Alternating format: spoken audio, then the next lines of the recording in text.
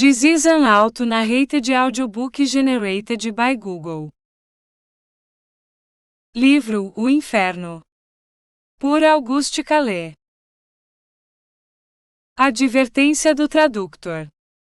Neste memorável ano de 1871, o sacerdócio militante da cristandade lusitana subiu aos baluartes mais desamparados, aos púlpitos de grande parte do reino, e desembestou certeiras flechadas ao rosto da impiedade. No púlpito da igreja de S. Martinho de Sedofeita, desta cidade do Porto, que não é a mais pensadora porque é a menos ociosa, discorreu apostolicamente um padre italiano que eu não ouvi. Não fui ouvi-o, porque já tenho muitíssimos anos e bastante leitura para conhecer que direitos tem Deus, e o proximo ao meu amor. Não o fui ouvir pela mesma razão que evito alguns livros proibidos, receoso de que eles estremeçam os alicerces da minha fé. Não fui ouvi-o, enfim, porque há um sermão que eu sei de cor, e repito quando tenho sede de fé, ansias de misericórdia, tibiezas de esperança. É o Sermão da Montanha, pregado aos pobres por nosso Senhor Jesus Cristo. Este sermão ainda meus filhos o não sabem, mas hão de aprendê-o quando as primeiras lágrimas lhes tiverem delido as manchas escuras do entendimento. É preciso ter chorado para compreender a bem-aventurança dos que choram. Jesus Cristo, se houvesse dito aquelas divinas palavras aos felizes, não seria entendido no apostolado, nem seguido na vida, nem chorado na morte, nem confessado no martírio. Levantei, pois, o pequenino e frágil oratório das minhas preces humildes sobre a confiança do Divino Pai, e se em minha alma sinto o desejo de não ter nascido para dores desiguais ao alento de cada homem, reconheço que o oratório do pensador está tanto à vista de Deus, que o anjo da paciência abre as suas luzentíssimas asas sobre os meus abismos escuros. Ora, eu sei de triste experiência que os discursos do missionário em Portugal me desataviam o espírito das vestes graves com que costumo entrar nos templos. Na minha mocidade estudei gramática, fui examinado em lógica, decorei a inutilíssima coisa chamada retórica, cursei muito pela rama algumas aulas de teologia. Finalmente, poli quanto pude a razão para que se espelhassem nela os preceitos e conceitos dos oradores sagrados. Pois acontecia que todos aqueles predicados, desde a gramática de Lobato até a teologia do bispo de Leão, cá no meu interior despiam a casaca e a dalmácia venerandas, para galhofarem de uns certos padres que se imaginavam favorecidos da infusão científica, uma só vez milagrosamente concedida pelo Espírito Santo aos santíssimos ignorantes do cenáculo. Arguiam-me de indiscreto os bons amigos que me ouviam deplorar a decadência da oratória sacra, justificando o propósito pelos resultados, a unisseção do pregador pelo soluçar do auditório, a fertilidade da palavra pela emenda das culpas. O soluçar do auditório era tão aceitável e prestádio como as lágrimas no teatro que denotam quando muito corações sensíveis. Aquilo, porém, de emenda das culpas é que vinha desconceituar a argumentação dos meus amigos. As culpas, o desconcerto da vida, a irreverência a Deus, o desamor ao próximo, as entranhas descaroadas do rico, a rebelião cobiçosa do pobre, a mão que se esquiva em levantar da laje o órfão, estas e outras más fibras do coração humano poderá retemperá-las a consciência ilustrada, mas a consciência espavorida pelo medo dos castigos eternos, essa não. E os missionários que ludibriavam a minha devoção ou curiosidade, demonstravam a precisão de sermos continentes, sobrios, humildes, caritativos, cristãos, enfim, para não sermos eternamente refervidos no lago de sulfur candente.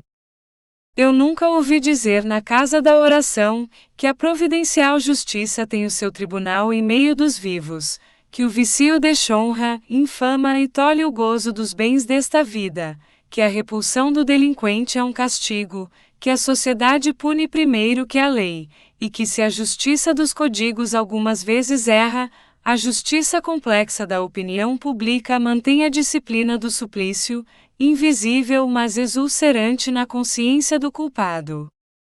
Nunca ouvi missionário que me parecesse mais ilustrado que a maioria dos seus ouvintes, nem vi espectáculo onde reluzissem mais vivos e tristes reflexos da idade mídia. Historias horrendas e às vezes esqualidas de castigos infernais, imersões em caldeiras rubidas das lavaredas, corpos espedaçados por dragões e logo recompostos para nova e eterna dilaceração, emborcações de peçonha na boca dos gulosos, amplexos de serpentes escamosas de brasas naqueles que lubricamente deleitaram os corpos neste mundo. Era isto, não era o penetrante pejo do vício que chamava aos olhos do auditório as lágrimas restauradoras. Mas ao fechar da missão, o peito opresso do pensador aterrado desafogava-se na esperança de iludir o diabo com uma confissão geral, e um profundo pesar na hora da morte, visto que o missionário promete ao céu aos que nos últimos instantes se sentissem vivamente magoados de terem sido perversos. O céu. E que promete o Padre aos justos, aos que desde a juventude até a decrepidez apenas prevaricaram venialmente? O céu. E aos apostolos que vão à fogueira, oferecendo ao divino martírio o tributo de suas agonias? O céu. O céu para o facínora contricto no último momento, e o céu para o santo de toda a vida. O céu para o mártir, e o céu para o algoz que houve remorso de o haver matado. Ó fé, revérbero de Deus, estarias apagada, se não fosses divina. Em compensação, porém, que profusa prodigalidade de infernos além túmulo. Infernos legendários, imitações do grego, do egípcio, do indostânico, todos os infernos, excepto o verdadeiro, o inferno desta vida, a corrente do remorso ao pelourinho da consciência, e a desgraça implacável ainda para os que não têm consciência nem remorso. Pois esta doce e misericordiosa aliança de Jesus com os atribulados, com os frágeis por compleição e por mal dirigidos na mocidade, comporta em si a hipófise de Satanás, que nos espia o ensejo favorável, e nos faz cambapé às suas voragens? Compreendem acaso que Deus se não à mercê de homens fraquíssimos, vencidos por um gigante que não coube no céu?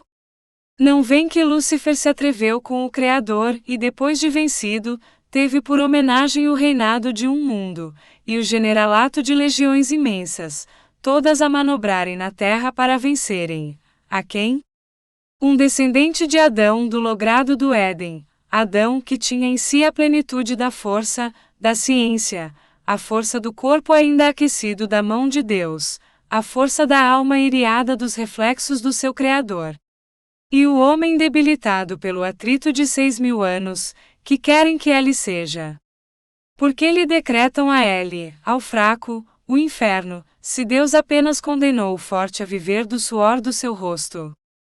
Estas e outras meditações dignas de que Deus me as perdoe, se a palavra não frisa bem com a lisa intenção, me preocupavam quando li este livro de Cale, com certo medo de violar o meu salutar costume de não ler livros proibidos, tirante os úteis, os desinfestiados e principalmente os instrutivos.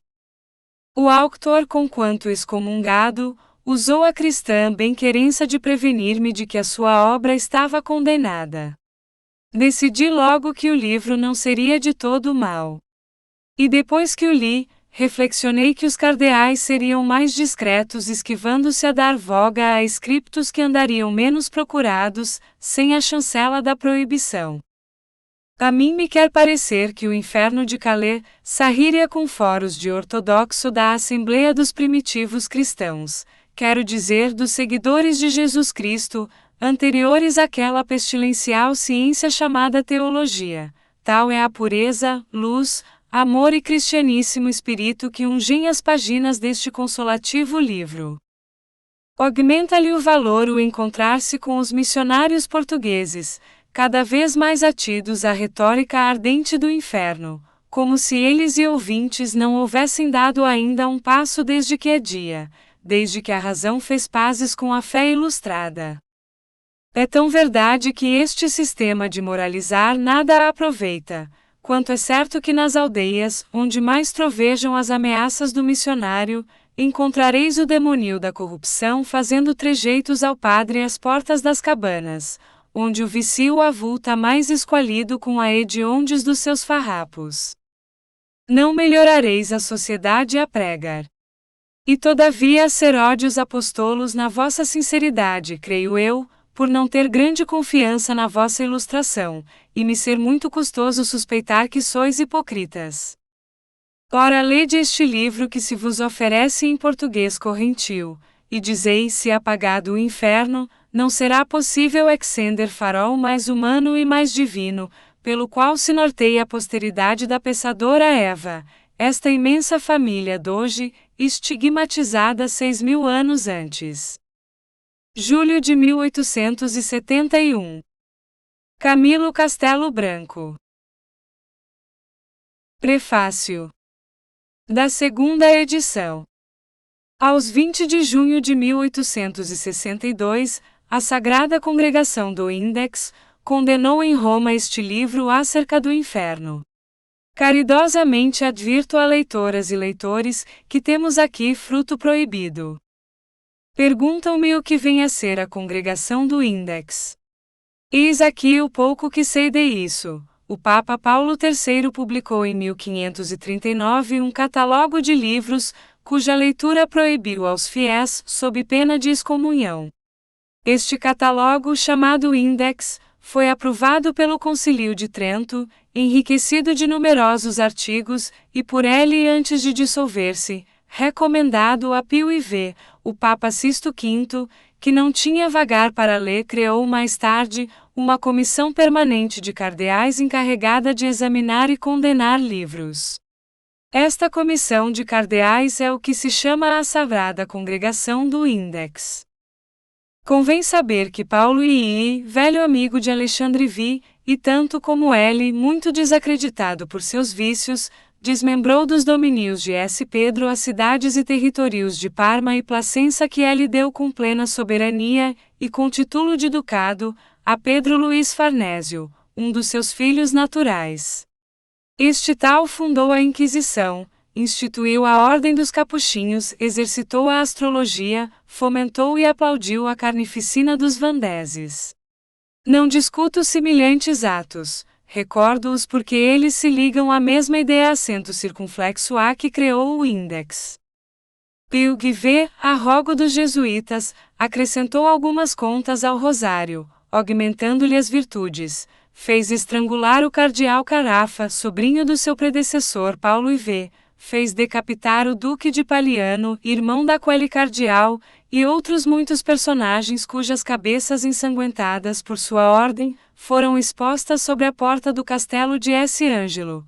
Abafou o processo instaurado em Espanha contra o clero acusado de libertinagem, mas em compensação acendeu por toda a parte a guerra contra os hereges. Acusam-no de haver beneficiado mais a sua família, que ao povo romano. Eu por mim não lhe contesto as virtudes, e menos ainda a ortodoxia.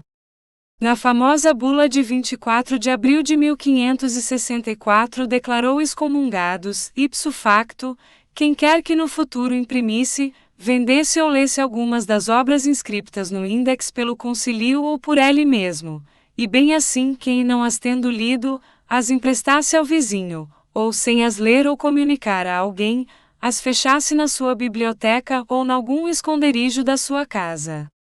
Urgia, pois, queimar os livros proibidos quem quisesse evadir-se à excomunhão, e em seguida à condenação eterna. Como não pudesse queimar os autores, Pio IV desforrava-se fazendo-lhes queimar as obras. A vida de Sisto V é bastantemente conhecida, não tem que ver com a de S. Pedro, mas sobejavam-lhe inteligência e índole suficientes ao exercício do poder absoluto. Era manhoso e cruel este grande Papa, cujo sistema de governar compendiou em duas palavras, pão e pau. Dispensam-se, pois, os povos de pensar como coisa perigosa, é bastante que eles não moram de fome e que tremam sempre diante do algoz. Depois erijam-se obeliscos e edifiquem-se templos. Este Papa mandava decapitar os padecentes debaixo das suas janelas, antes de sentar-se à mesa, dizendo que isto lhe abria o apetite. As cabeças dos supliciados, que ele expunha e deixava apodrecer aos olhos dos caminhantes, ameaçavam de peste a cidade. Apesar dos juízes, fez enforcar um mancebo de 16 anos, por haver resistido aos quadrilheiros que o prenderam. Ordenou que cortassem as mãos e que traspassassem a língua de um auctor epigramático. Excomungou a rainha Isabel, desquitando a nação do juramento de fidelidade. Excomungou o rei de Navarra, o príncipe de Condé e o rei de França, exaltando até ao delírio o fanatismo dos partidários da Liga. E depois do assassínio do desgraçado Henrique III, elogiou em pleno consistório Jacques Clément, comparando-o a Judite e Eleazar, débeis mas fiéis instrumentos do Deus dos combates. E como signa sensibilíssimo de sua terna solicitude pela salvação das almas, restabeleceu ao mesmo tempo o Santo Ofício, e cumulou de indulgências a confraria do Santo Cordão. Era próprio deste grande e devoto Papa continuar a guerra declarada por seus predecessores à razão humana e à liberdade da consciência, instituindo de par com o Santo Ofício, a congregação do Index. Não cuideis, porém, que os livros condenados por esta congregação fossem lidos pelo Papa, ou sequer pelos cardeais encarregados de isso. Por via de regra, os cardeais nada lhe é acento circunflexo M. A laia de Sisto V, encarregavam outros desse ofício.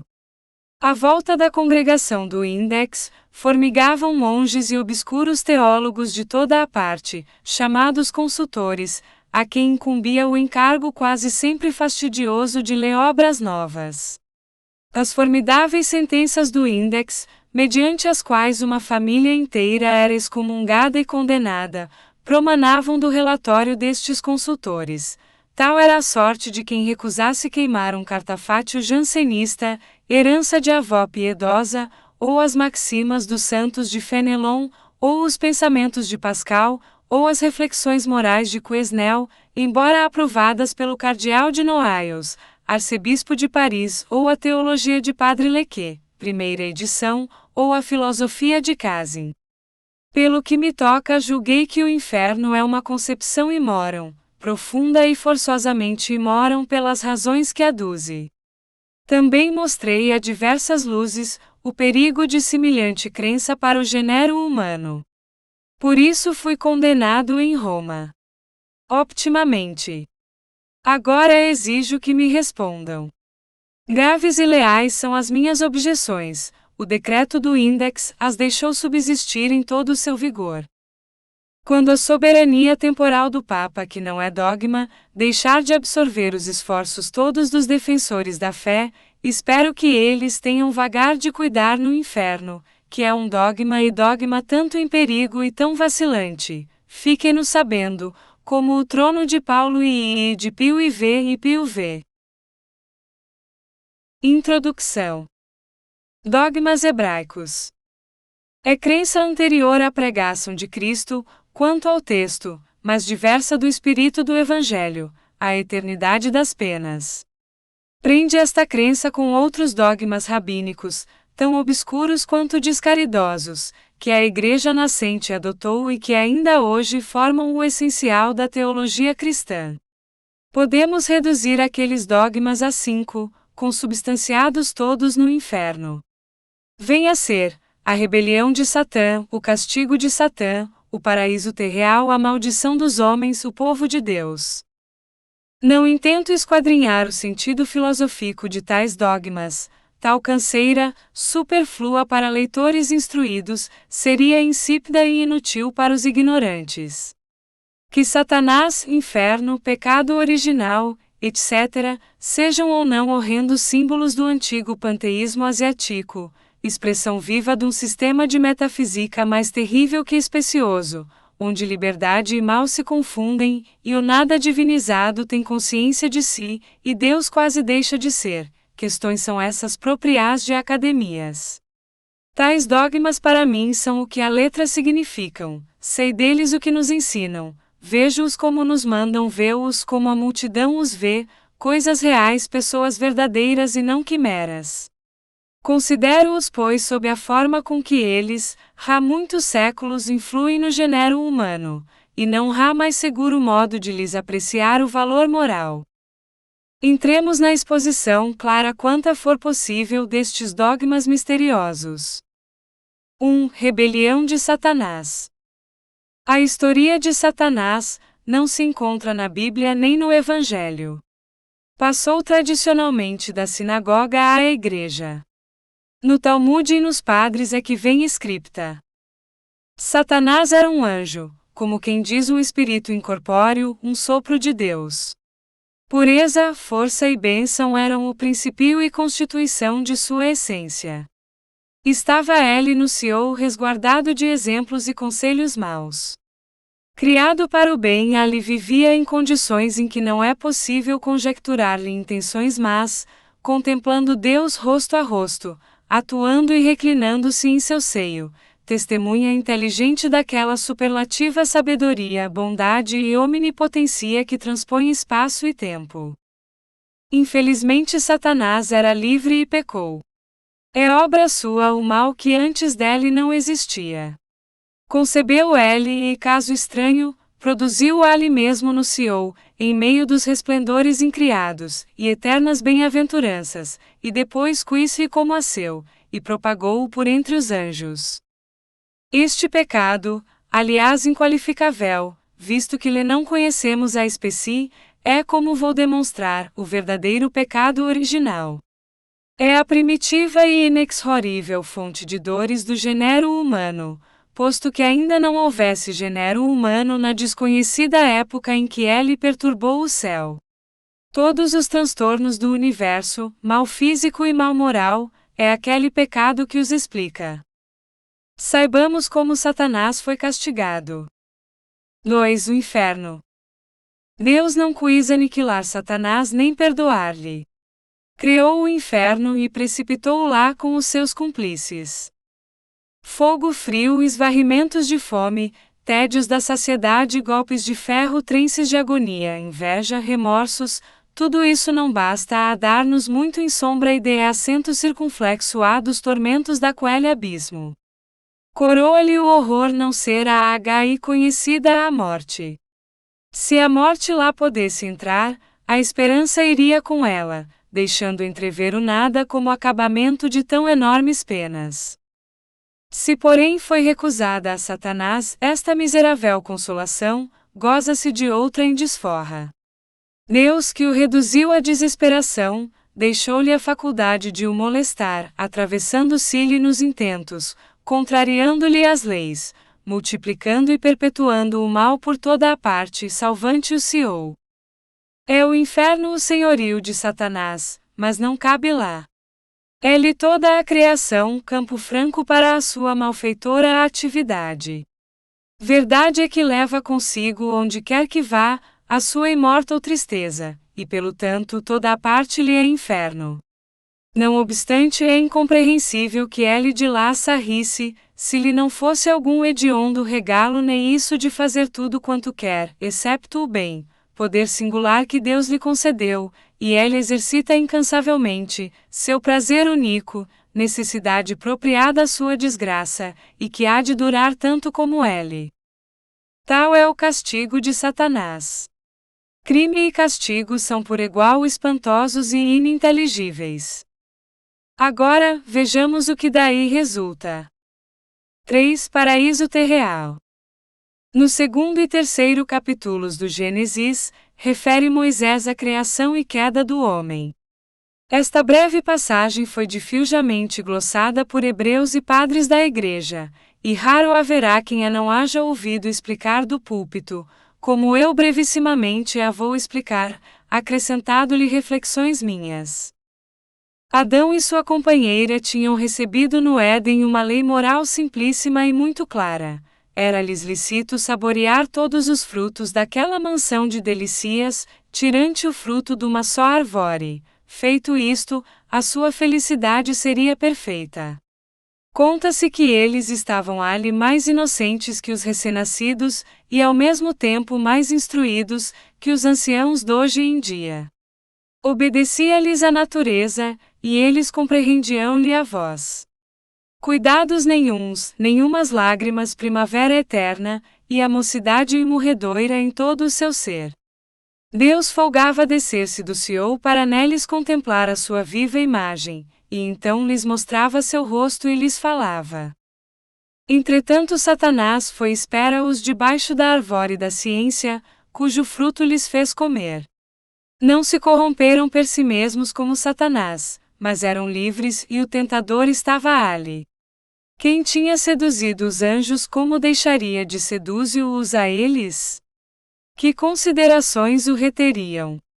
Não receia Deus porque Deus lhe não pode agravar o suplício, pois que esse suplício é eterno, e o inexprimível horror de tal castigo consiste na eternidade dele. Pelo que respeita à piedade, é sentimento que Satanás não conhece, pois que Deus lhe não mostrou a ele, o primeiro de todos os seres que a necessitará. A semelhança das outras criaturas tem somente aquilo que recebe, e o que brilha em si não é o amor divino, é a divina cólera que o conserva devorando-o. Quais foram as consequências da queda? 4. A maldição. Não aceitou Deus as desculpas de Adão e Eva. De tal modo o irritou a desobediência que, no auge da sua ira, amaldiçoou-os e com eles a terra que os continha. Dupla maldição que abrange alma e corpo, espírito e matéria, eternidade e tempo, o homem todo na intimidade de seu ser imortal, e nas condições exteriores da sua existência transitória. De feito foi Adão condenado à morte. O corpo reverteu ao pó, e a alma caiu no inferno. Esperando, porém, este último castigo, foi-lhe forçado sofrer outro neste mundo. Caiu sob o poder de Satã. Os miraculosos conhecimentos que ele tinha, perdeu-os para sempre. Repulso do Éden, nada sabia do que tinha sabido na... Esperamos que você tenha gostado desta prévia. Para continuar ouvindo este audiolivro no Google Play Livros, use o link na descrição do vídeo.